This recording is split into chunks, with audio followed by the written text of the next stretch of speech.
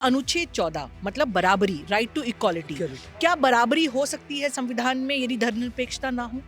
पूरे देश की जो सियासत है उस पर विभाजनकारी ताकतों का गलबा है इस वक्त। संविधान जिसके आधार पे ये देश बना है, अगर वो खतरे में है तो सबको अवेयर करने के लिए ज़रूरी है कि हम उस किताब में जो सबको अधिकार दिया गया है उसके बारे में बताएं।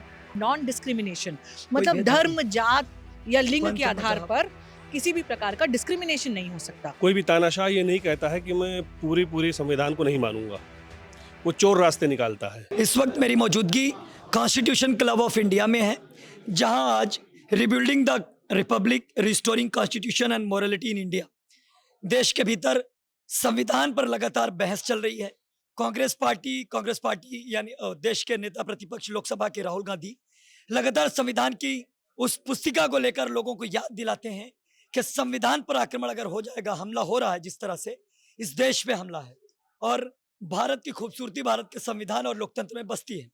ऐसे में आज कॉन्स्टिट्यूशन क्लब ऑफ इंडिया में जो डिबेट का इशू पूरा मुद्दा था, उसमें सोशलिस्ट और सेकुलरिज्म जो 42वां संविधान का संशोधन था 1976 में, आज उन संविधान की जो प्रस्तावना के जो दो तीन मूल वाक्य हैं, उनको हटाने या उन पर हमला करने की जो कोशिश या साजिश चल रही है, उस पर कुल जमा काफी सारी बात हुई हॉल के अंदर।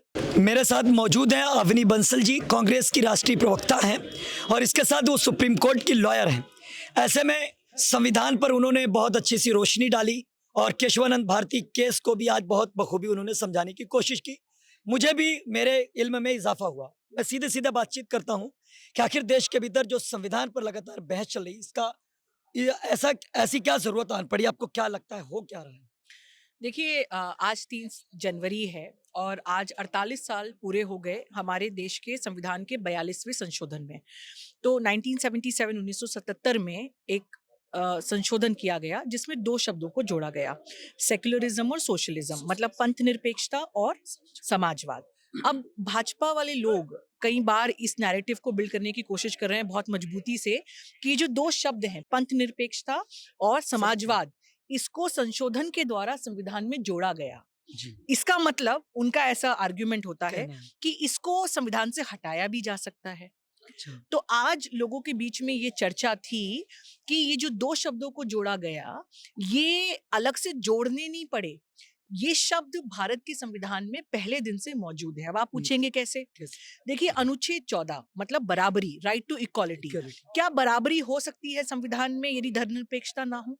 नहीं हो सकता। अनुच्छेद 15 मतलब आर्टिकल 15 वो क्या कहता है? नॉन डिस्क्रिमिनेशन मतलब भेदभाव धर्म, जात या लिंग पंथ, के आधार मजहब। पर किसी भी प्रकार का डिस्क्रिमिनेशन नहीं हो सकता। बेशक, तो क्या ये हो सकता है यदि धर्मनिरपेक्षता नहीं है तो?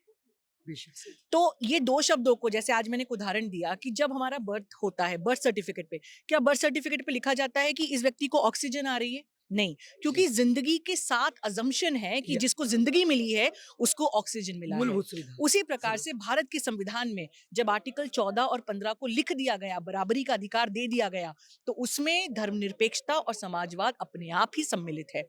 लेकिन भाजपा की जो विचारधारा है उसमें बराबरी के ऊपर कोई वजन नहीं दिया जाता। वो चाहते हैं कि एक धर्म के लोग राज करें और उस धर्म में भी कुछ जात स्पेसिफिक के लोग राज करें। तो यदि हमें इस देश में बराबरी को बचाना है तो हमें समझाना पड़ेगा लोगों तक कि पूरे संविधान की जो मंशा है वो ही बराबरी की है, धर्मनिरपेक्षता की है और समाजवाद की है। रही बात केशवानंद भारती की, तो केशवानंद भारती का 1973 का जो जजमेंट है उसमें सुप्रीम कोर्ट ने भी इस बात को माना कि ये 42nd अमेंडमेंट के बाद भारत का संविधान सेक्युलर नहीं हुआ। भारत का संविधान पहले दिन से ही सेक्युलर है। तो इसको सुप्रीम कोर्ट ने भी मान्यता दी है। सुप्रीम कोर्ट ने इसे मान्यता दी है कि इसमें संशोधन नहीं किया जा सकता है। जैसे इलेक्शन होना, दो मूल चीजें हैं कि देश के अंदर डेमोक्रेसी होगी और इलेक्शन तो सबसे जरूरी चीज है जी। लोकतंत्र में। ऐसे में क्या लगता है कि देश के भीतर जैसे लगातार वोट चोरी और इलेक्शन में पूरी तरीका से पार्शियल नहीं हो रहे हैं, वोट चोरी को राहुल गांधी ने कई जगह पर साबित किया जी। कि ब्राजील की वो एक्टर होके यहाँ पर इतनी जगह वोटर बनी है।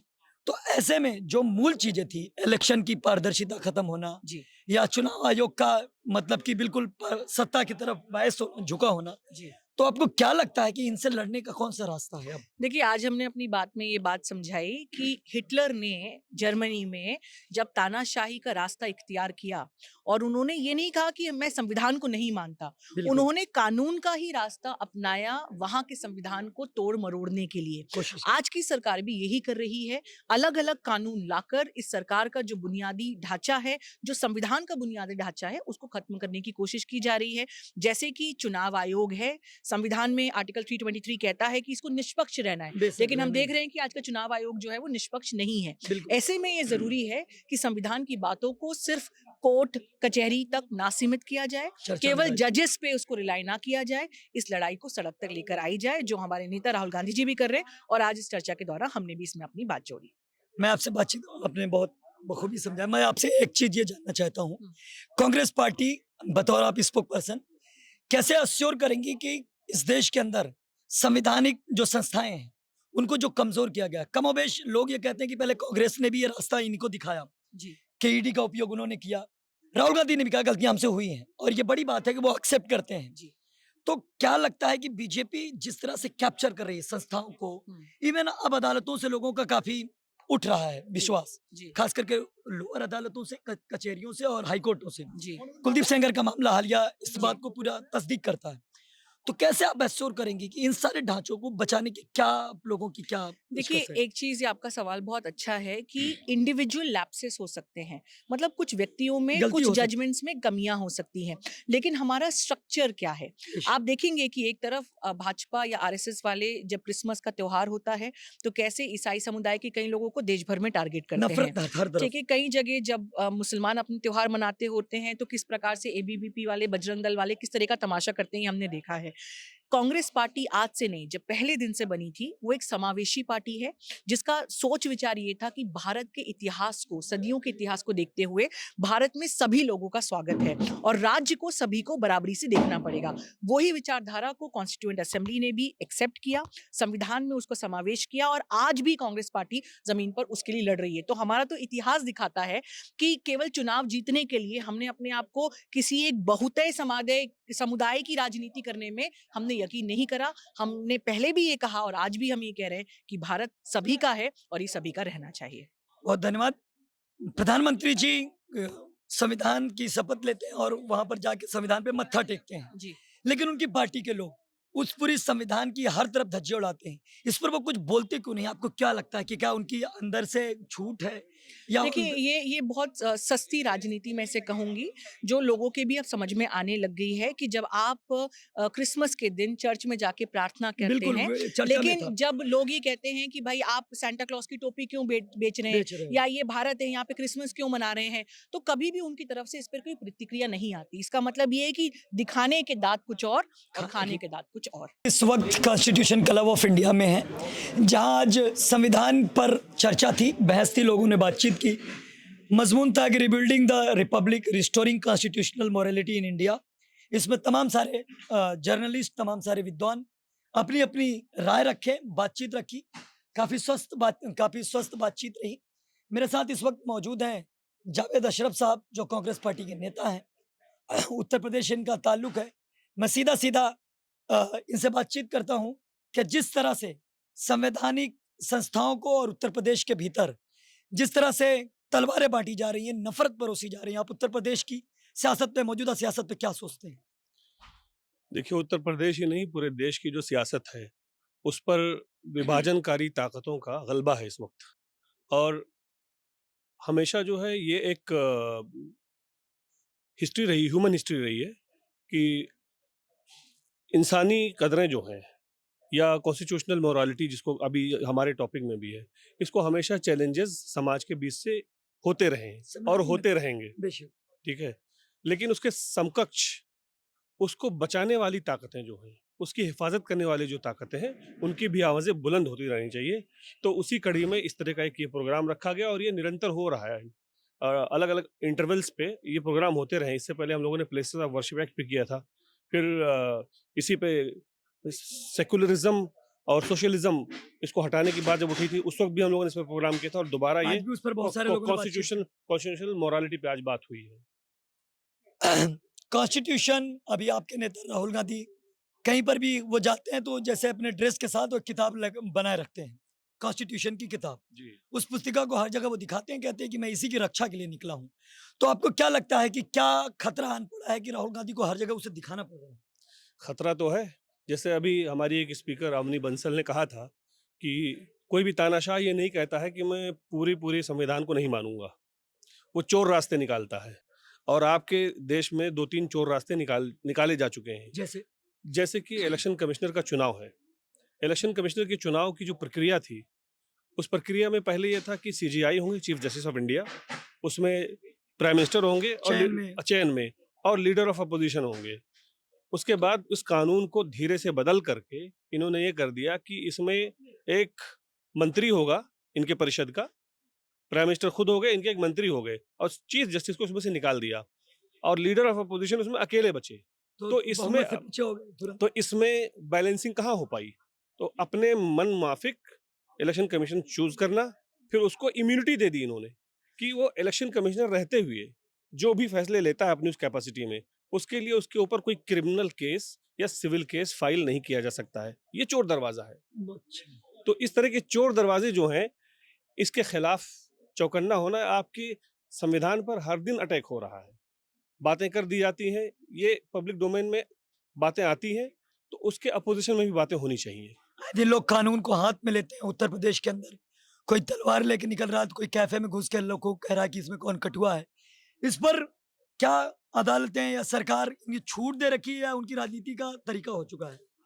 अदालतों ने नहीं छूट दे रखी है, बल्कि सरकार का रवैया ढीला ढाला हो गया है और इस तरह के तत्वों को पैट्रोनेज मिलती है सरकार की तरफ से, सत्ताधारियों की तरफ से, तभी वो इतना खुलेआम तौर पर जाकर के कानून का उल्लंघन कर पाते हैं।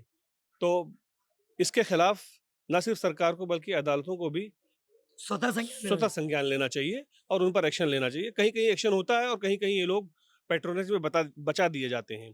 तो इसीलिए ऐसी सरकार हटानी जरूरी है जिसका पूरा खमीर ही विभाजनकारी हो। आज जो कॉन्स्टिट्यूशन क्लब ऑफ इंडिया में एक विशेष प्रोग्राम था, rebuilding the Republic, restoring constitutional morality in India. Constitution morality की बात आज हुई। बहुत सारे विद्वानों ने, बहुत सारे वक्ताओं ने, सीनियर जर्नलिस्ट ने अपने ख्यालों का इजहार किया, संविधान पर, प्रस्तावना पर अपनी रोशनी डाली। मेरे साथ एक खास शख्स मौजूद हैं, कांग्रेस पार्टी के नेशनल सेक्रेटरी हैं शहनवाज आलम सर, और इनसे हमारा रिश्ता कुछ यूं भी है कि इलाहाबाद विश्वविद्यालय के हमारे सीनियर हैं।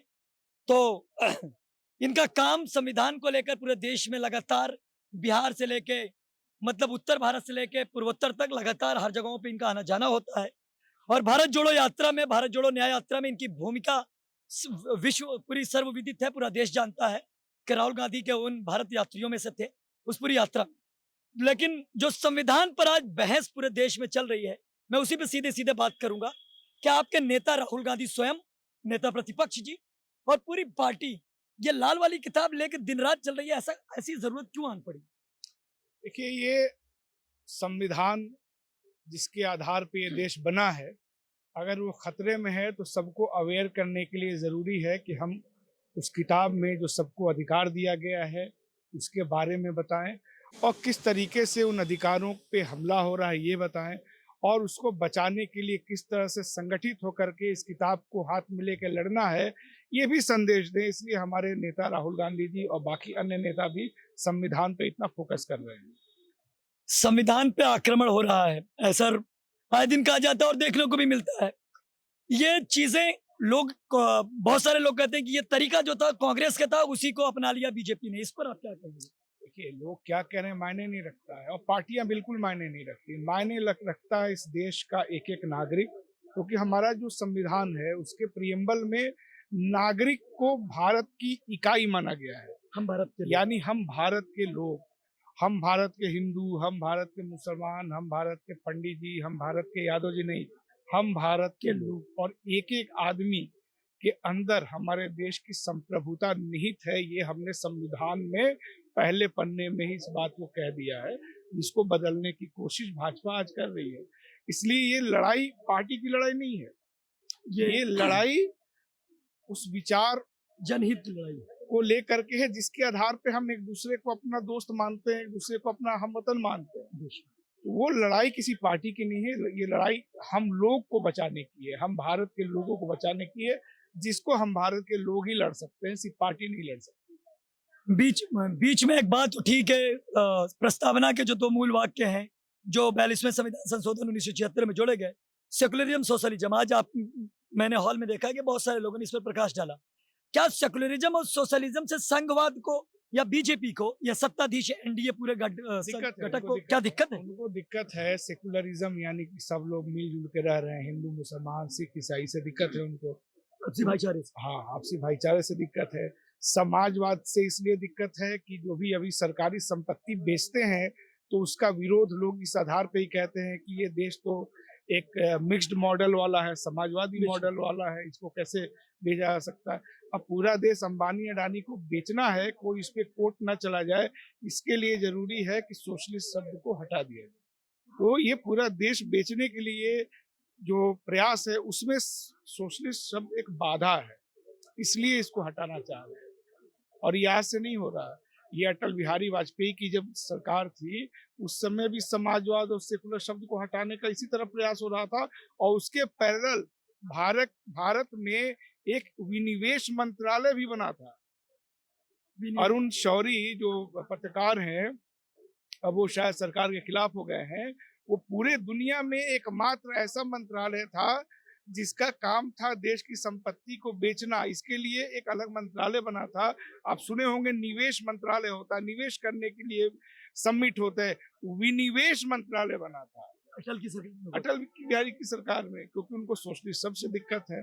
भगत सिंह ने जो पार्टी बनाई थी HSRA, उसमें भी सोशलिस्ट रिपब्लिक शब्द है, इसलिए भगत सिंह के भी विरोधी हैं।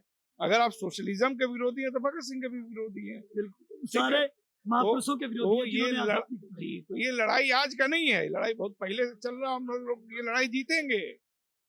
अब लगातार मुखर हैं संविधान को लेकर और आपकी पूरी पार्टी।